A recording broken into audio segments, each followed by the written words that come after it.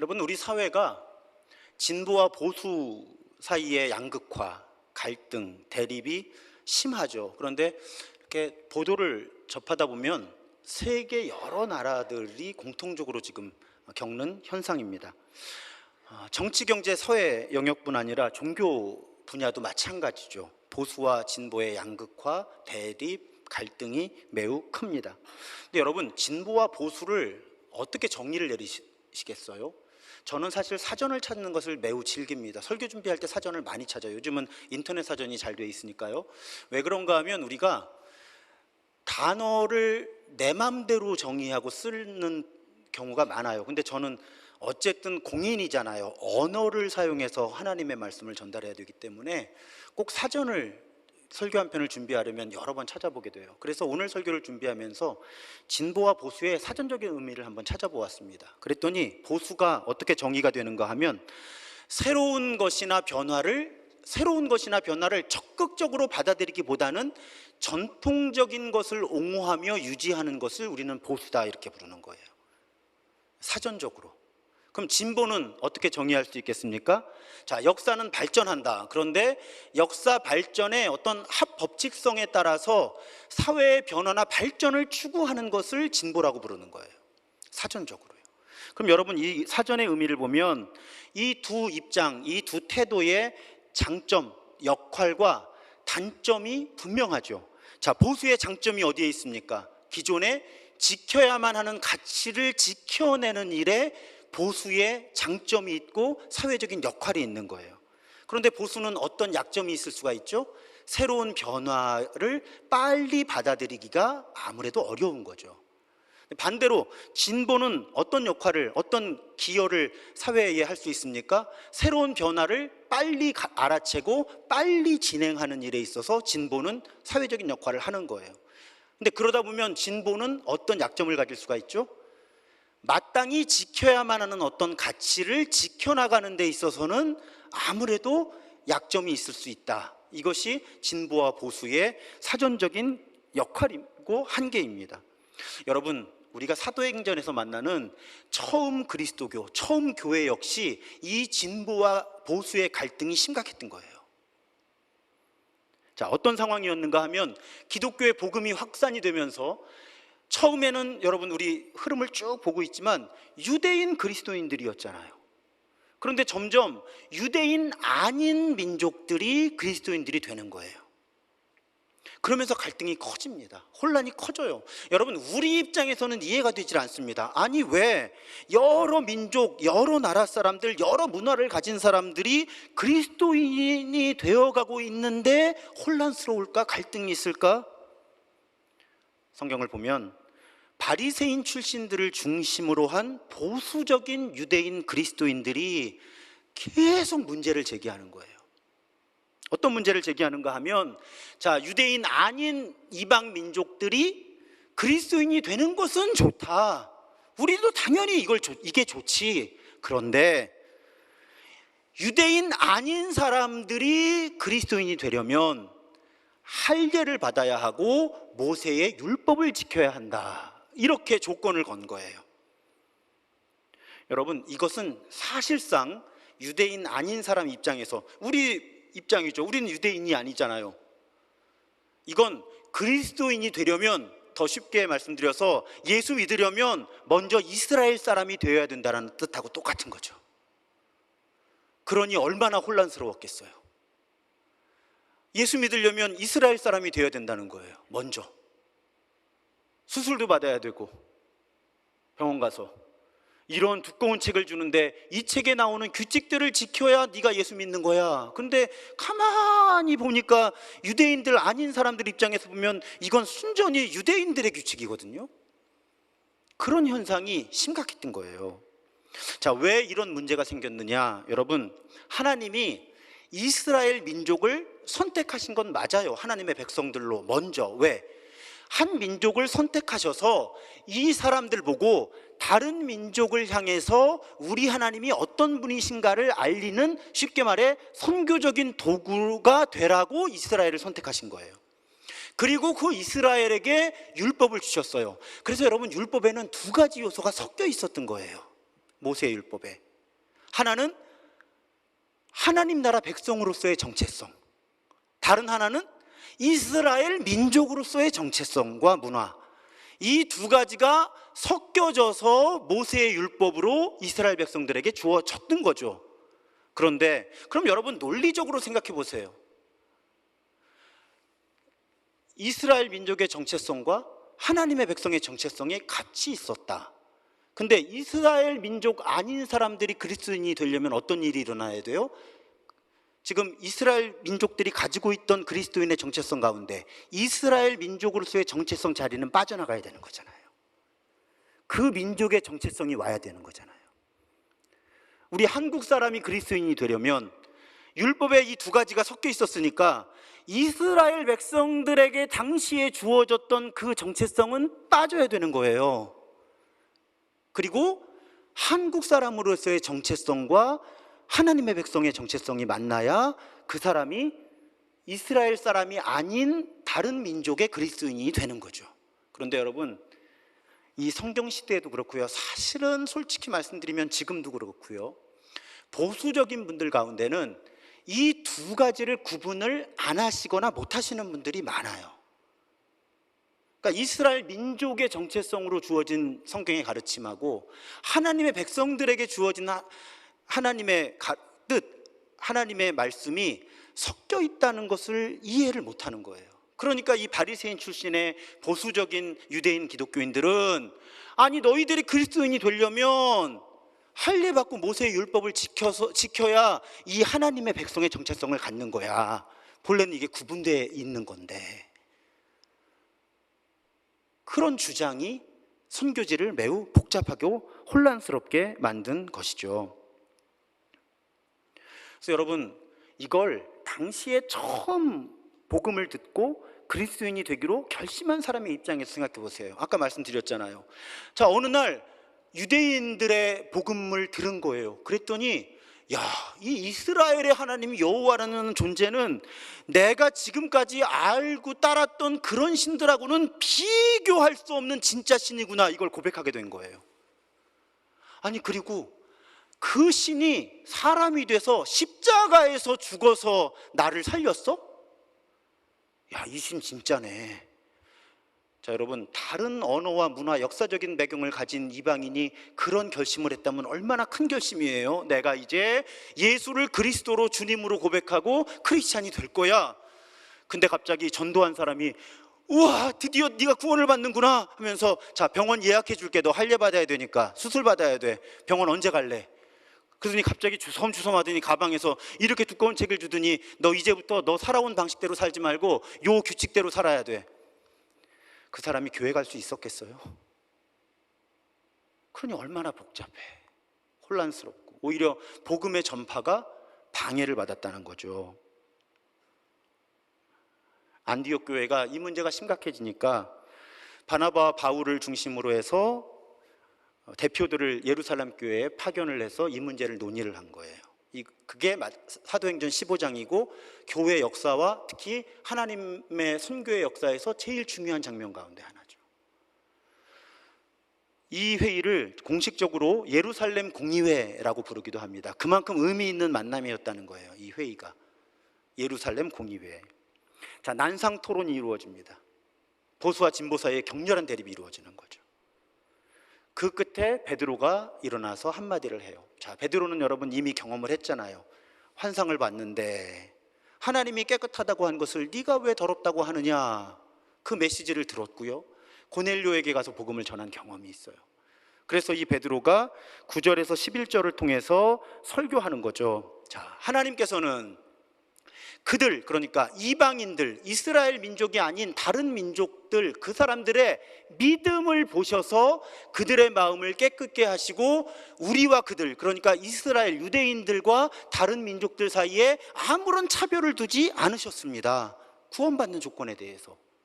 그런데 지금 여러분은 왜 우리 조상들이나 우리가 다 감당할 수 없었던 멍해를 인정하는 거예요? 본인들도 율법 다 못 지키는 거. 우리도 다 감당하지 못하는 이 멍해를 이 사람들에게 지우려고 하느냐. 그리고 이것을 어떻게 규정하는가 하면 이건 하나님을 시험하는 것이다, 이렇게 규정을 하는 거예요. 왜? 하나님은 그런 차별이 없이 하나님께로 돌아오려고 하는 사람들을 부르시는 하나님인데 왜 우리가 조건을 걸어서 하나님을 시험하느냐? 이건 하나님을 향한 도전이다. 이렇게 베드로가 정리를 하는 거예요. 그러면서 원칙을 다시 확인하는 거죠.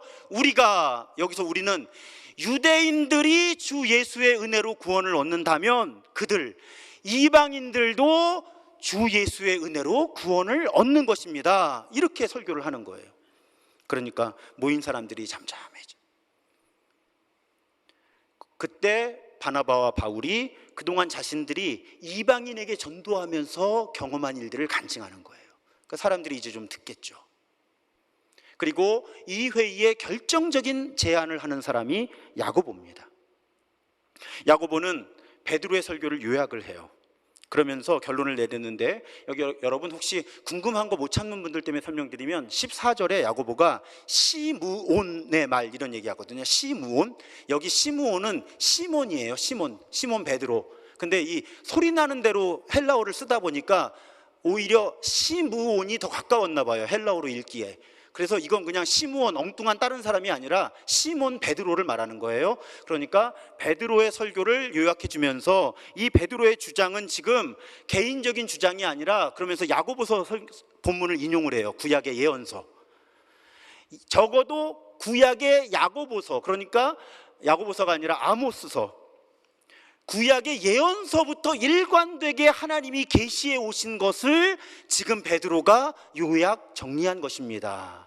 그러니까 지금 갑자기 이방인들이 하나님께로 돌아오는 것이 아니라 하나님은 이미 1000년도 더 전부터 이 일을 계획하셨고 이런 일이 일어날 거라고 우리에게 알려주신 겁니다.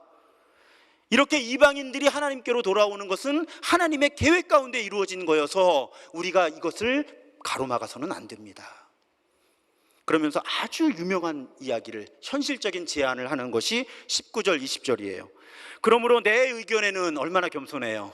내 의견에는 이방인 중에서 하나님께로 돌아오는 자들을 괴롭게 하지 말아라.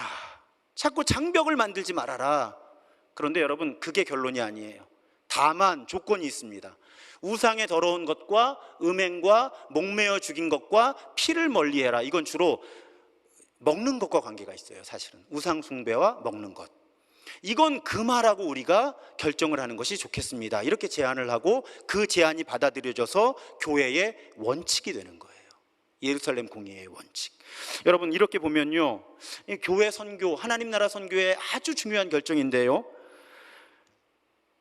아주 아름다운 화해고 절충이고 합의예요.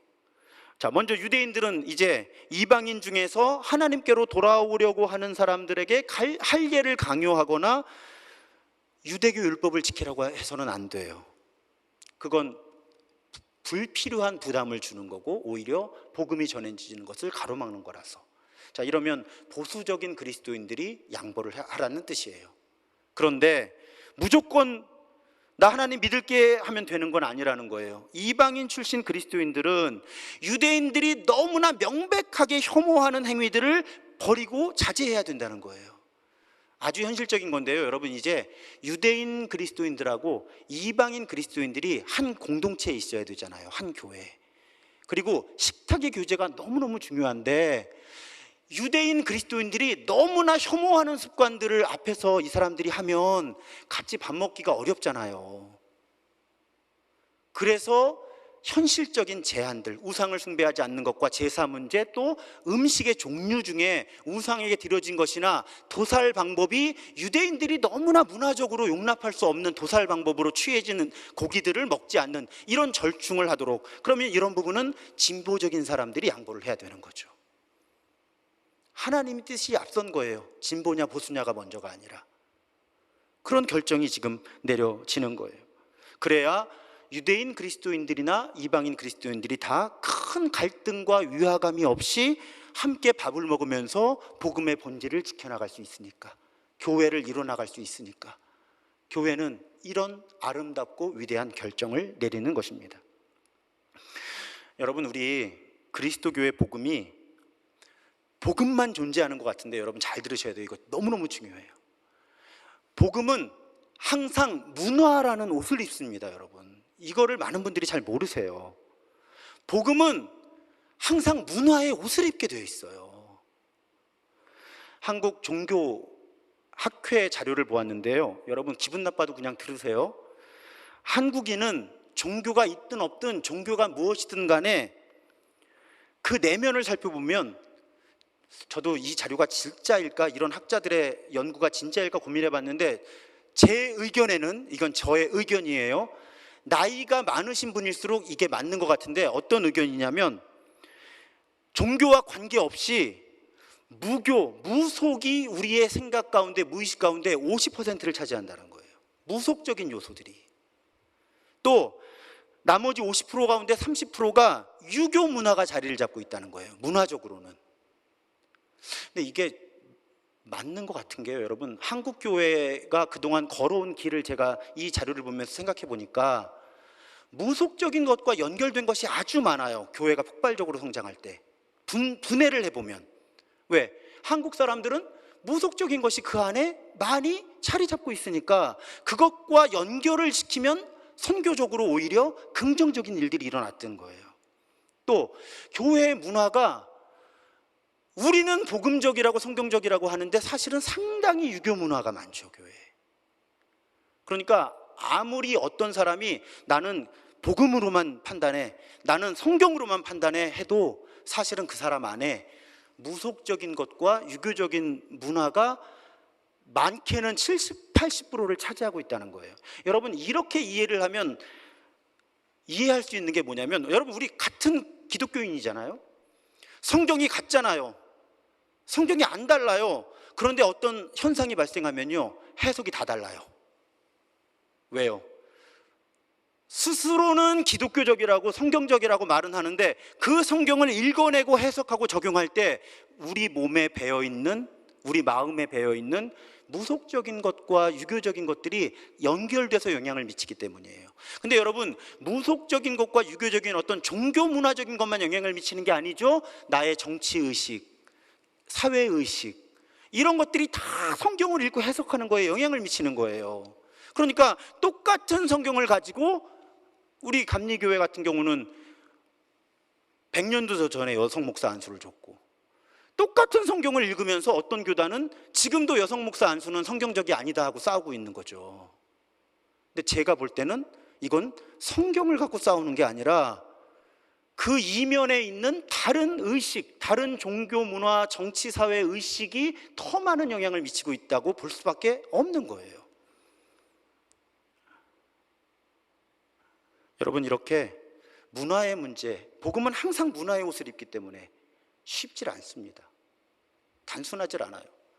제가 이런 주제의 설교를 할 때면 떠오르는 분이 박광수 교수라는 분인데, 광수생각이라는 만화로 매우 유명했던 분이에요. 이분이 저보다 2살 많더라고요, 조회해 보니까. 그러니까 저랑 비슷한 시기의 청소년이었는데 이분이 교회를 떠나게 된 결정적인 사건을 인터뷰를 했죠, 몇 번. 제 또래들은 아실 거예요. 이때 당시의 청소년들에게 최고의 옷은 옆에 흰 줄 가 있는 미즈노 추리닝이었어요. 공식 명칭은 트레이닝복인데 우리 그렇게 안 부르잖아요. 추리닝 그러지. 이때 청소년들은 알아요. 그리고 하얀 마크가 있는 나이키 운동화를 신으면 제일 고급인 거예요. 그러니까 이 사람이 이 청소년 때 교회를 다녔었어요. 근데 어느 날 교회를 갈 때 자기 문화에서는 제일 좋은 옷을 입는다고 미즈노 추리닝에 나이키 운동화를 신고 교회를 간 거죠. 제가 좀 각색을 하기도 해요. 큰 주제는 달라지지 않아요. 근데 어떤 자료에 보면 목사님이고 어떤 자료에 보면 장로님인데 로비에서 대판 욕먹은 거죠. 네가 정신이 있는 애냐 없는 애냐. 교회를 오는데 추리닝 쪼가리를 입고 왔다고 막 난리가 난 거예요. 그날부터 그 청소년은 교회를 떠납니다. 문화의 충돌이죠. 이 청소년에게 자기 옷은 지금 귀한 옷인 거예요. 이거 아무 때나 안 입는. 근데 장로님의 눈에는 예배드리러 온다는 놈이 추리닝 쪼가리에 운동하냐, 이게 된 거죠. 문화의 충돌이에요. 여러분, 복음의 본질하고 별로 상관없잖아요. 그런데 이 문화적 충돌이 누군가에게는 교회를 나올 수 없는 이유가 되는 거예요. 정말 재밌는 건 찬양 시간이에요. 우리 교회 제가 찬양을 할 때 솔직히 어떻게 해야 될지 모르겠는 게요, 세 부류의 교인들이 같이 예배를 드려요. 한 부류는요 절대 박수를 안 치세요. 아마 그분들이 속해 있던 문화, 개인적인 특성일 수도 있고 그분이 신앙생활 해온 문화에서는 예배 시간에는 박수를 치면 안 된다라고 배우신 것 같아요. 결정적으로 자신의 어떤 신앙의 문화가 형성이 될 때. 근데 그러면 목사님, 박수를 치는 그룹과 안 치는 그룹 두 그룹 아닙니까? 아니에요. 박수 치는 그룹에 두 그룹이 있습니다. 정박의 박수를 치는 분들하고 엇박의 박수를 치는 분들, 두 부류가 존재를 하는 거예요. 연세가 높은 분일수록 정박의 박수를 치십니다. 근데 젊은 세대로 갈수록 저 드럼 스네어 비트에 맞추거든요. 엇박에 손을 높이 들고 주를 찬양, 이런 세대가 있고요, 손을 높이 들고 주를 찬양, 이 세대가 있는데 화해가 안 돼요. 저는 어쩔 줄을 모르겠는 거예요. 박수를 치자니 정박으로 쳐드려, 엇박으로 쳐드려. 왜냐하면 여러분, 제가 전에 있던 교회에서 엇박으로 통일합시다 했어요. 목사님이 어느 날. 3년이 지나도 안 돼요.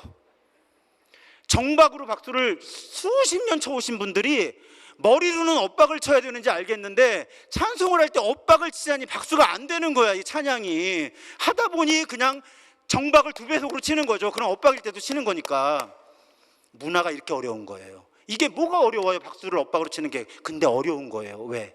문화가 몸에 배면 진리보다 더 어려울 수 있어요. 사실은 이런 현상이 우리 개개인의 삶과 교회에서 끊이질 않는 거예요.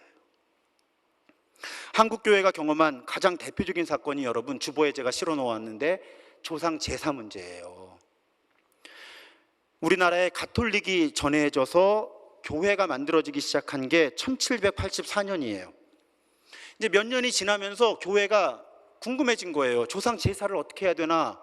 근데 당시에 우리 가톨릭 교회가 독자적인 결정을 할 능력이 없었어요. 그래서 이거를 중국 교구에 문의를 합니다. 가톨릭 중국 교구에. 그런데 중국 교구에서 돌아온 대답이 1790년에 조상제사 절대금지였어요. 왜 그런가 하면 수십 년 전인 1742년에 로마 교황청에서 교황 베네딕토 14세가 조상제사를 신적 존재, 조상을 신적 존재로 섬기는 종교 행위로 규정을 했어요. 그래서 조상제사는 미신이다, 혹은 더 적극적으로 해석하면 우상숭배다, 이렇게 1742년에 로마 교황청이 결론을 내린 거예요. 그러니까 그 결론에 따라서 로마 가톨릭은 중앙집권이잖아요. 교황 무호설, 교황이 종교와 문화에 대해 결정한 건 무호한 거예요. 그러니까 당연히 질문을 받은 중국 교구에서 조상제사는 미신 내지는 우상숭배다, 금한 거죠. 조선에 얼마나 난리가 났겠어요, 여러분. 다 뼛속 깊이 유교인들인데 조상제사가 우상숭배라니 엄청난 혼란이 생깁니다. 바로 1년도 못 가서 1791년에 진산사건이 나타나는 거예요. 어느 유교 가정에서 어머니가 돌아가셨는데 제사는 우상숭배다, 위패도 불태우고 우리 어머니를 존경하고 사랑한다, 하지만 이 제사는 옳은 것이 아니다 하고 선언한 거죠. 여러분, 한국 사회가 처음 겪는 일이잖아요. 이게 한국 사회가, 이 논란이 이 한양의 왕궁까지 전달이 된 거예요. 이 문제를 어떻게 할 것이냐. 당연히 박해가 시작됩니다. 순교하는 거예요, 이분들이.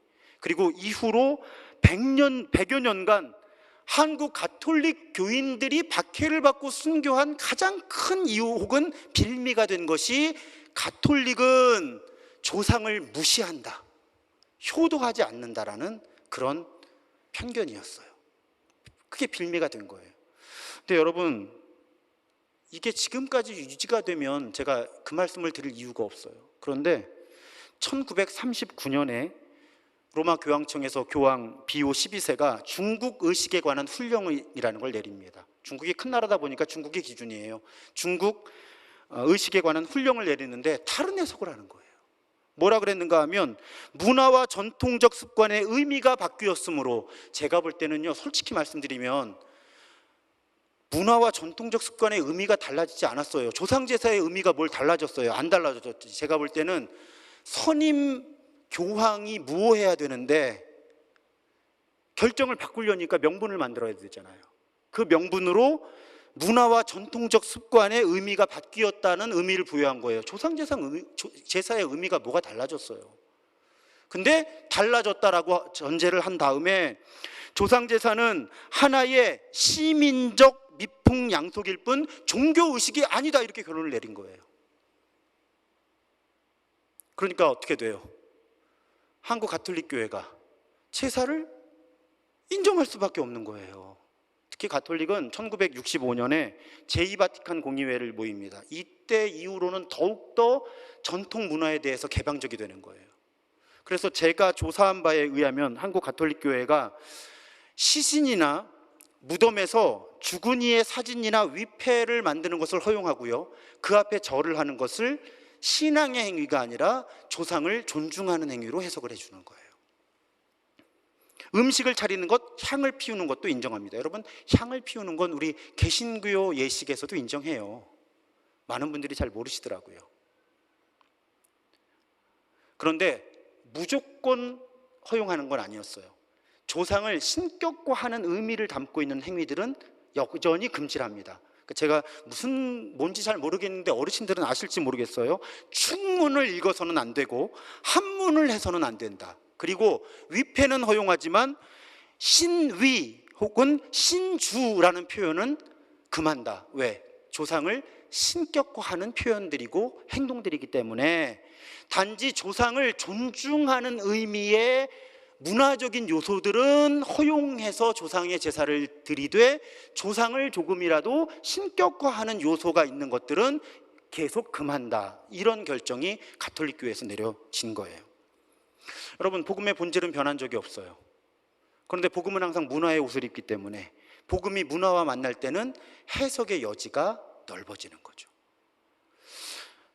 예루살렘 공의회에서는 할례가 이슈였다면 한국 초기 가톨릭 교회에서는 조상 제사가 그 이슈였던 거예요. 근데 여러분, 역사에 만약은 없다고 하잖아요. 역사에 만약은 없다. 근데 그냥 만약, 여러분 15세기에 교황이 중국의 조상 제사가 미신 혹은 우상 숭배다라고 결론을 내릴 때도 예수회, 가톨릭 안의 예수회는 이걸 문화적으로 인정해 주어야 한다는 목소리를 높였어요.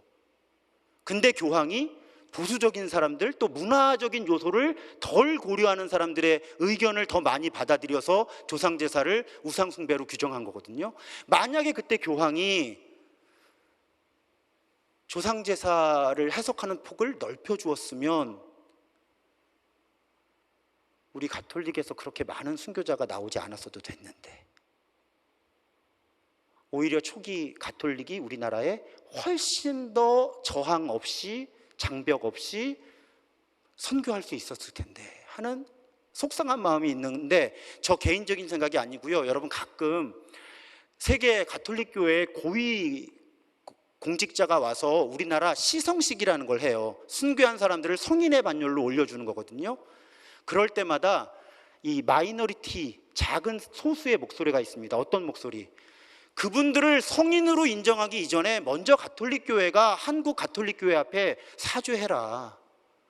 문화적인 거 해석 잘못 내려서 억울하게 죽은 사람들 당신들 어떡할 거냐? 그거 순교라고 의미를 부여해 주는 건 고마우나 당신들이 우리 아시아, 우리 조선의 문화적인 요소들 충분히 이해하지 못하고 조상 숭배가 미신이다, 우상 숭배다 하는 바람에 우리가 겪은 그 아픔들은 어떻게 책임질 거냐 하는 목소리들이 지금도 나와요.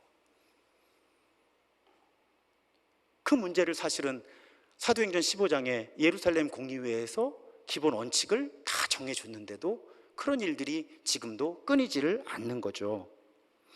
여러분, 성경에 보면 바로 16장, 제가 왜 오늘 16장 앞부분까지를 본문에 넣었는가 하면요, 자, 바울이요 지금 어렵게 예루살렘까지 가가지고 공의회를 해서 논쟁과 기도와 막 그 어려운 과정을 거쳐서 이제 할례받을 필요 없다는 결정을 내린 거잖아요.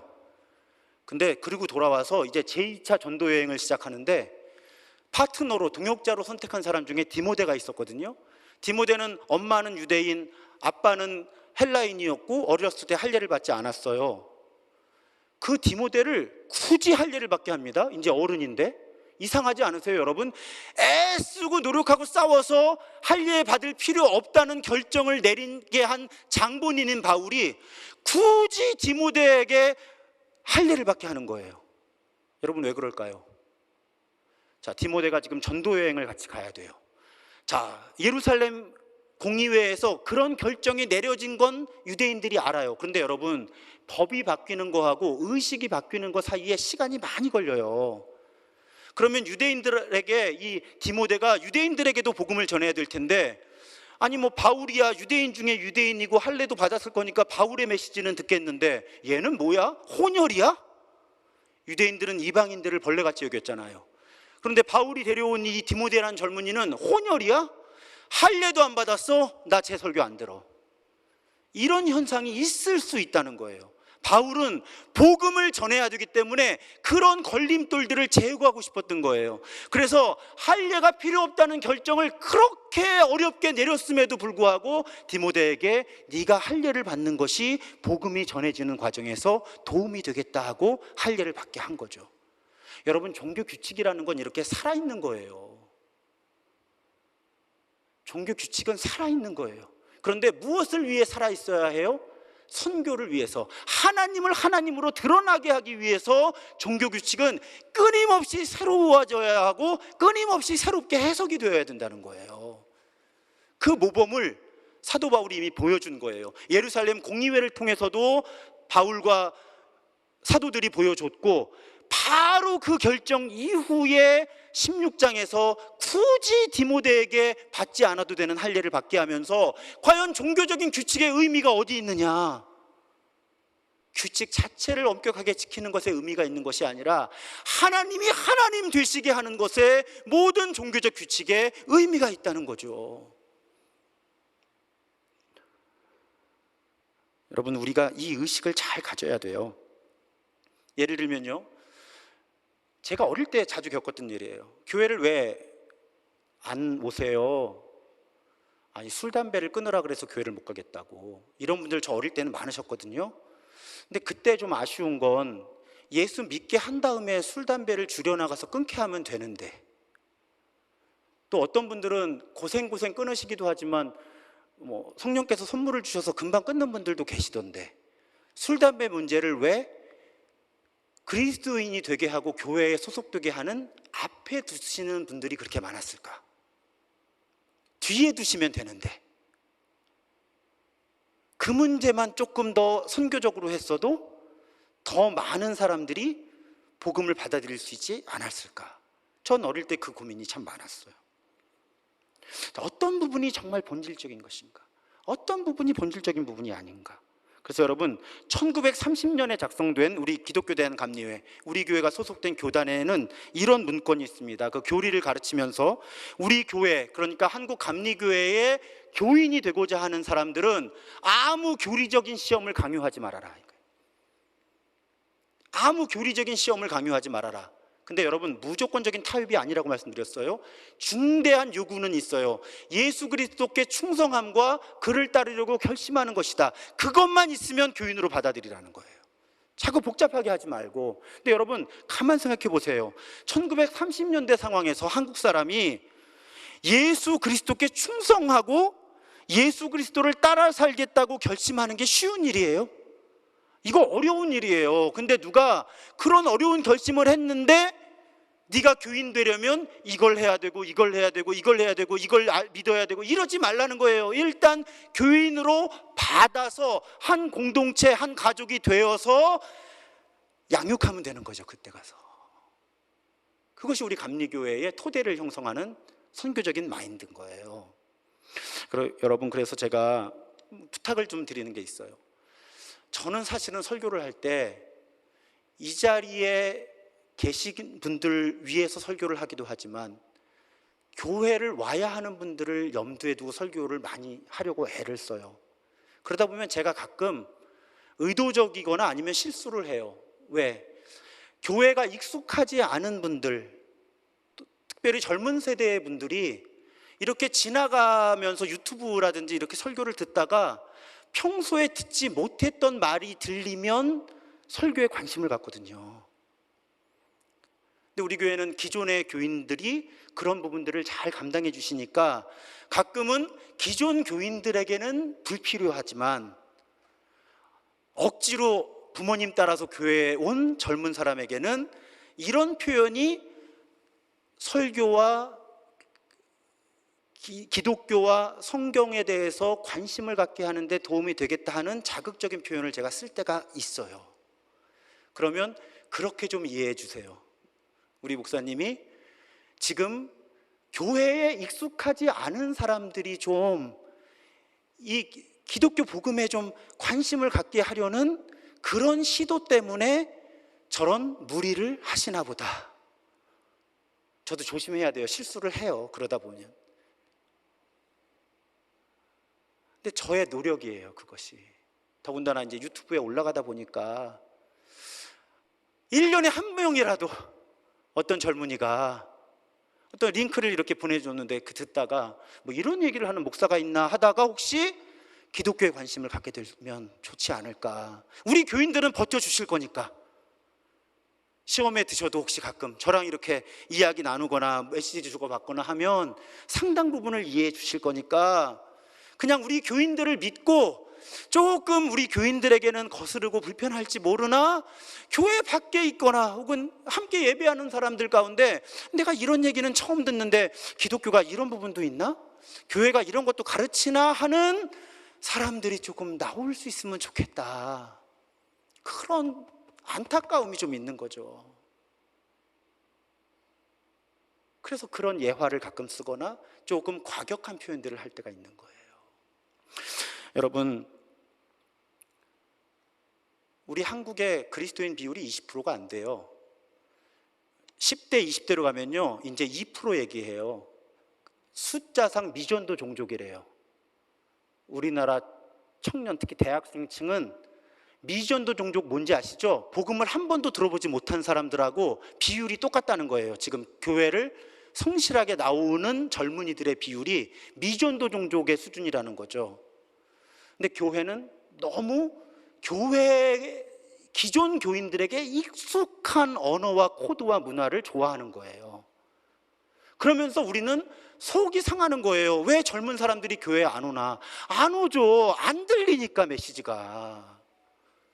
근데 그런 분들에게 들리는 메시지를 전하면 기존 교인들은 또 불편하니까 우리가 그 갈등을 어떻게 줄여나가고 좁혀나갈 수 있느냐. 이 예루살렘 공동체, 이 공의회의 결정은 우리에게 매우 중요한 원칙을 알려주는 거죠. 그래서 제가 1년에 2번씩 인용하는 문구입니다. 여러분, 본질적인 것에는 일치를, 타협 없어요. 예수 그리스도의 복음에 타협은 없습니다. 본질적인 것에는 일치를, 하지만 비본질적인 것, 저 가운데 상당 부분은 문화적인 요소예요. 그런 부분들에서는 자유를 서로 이해해주는, 존중해주는 다름을. 박수는 이렇게 칠 수도 있고 이렇게 칠 수도 있는 거거든요. 그리고 이 모든 분별의 과정에 있어서 사랑을, 본질이 무엇이냐 비본질이 무엇인가를 논쟁하고 결정할 때도 서로를 존중하고 사랑하면서 모든 것 가운데 사랑을.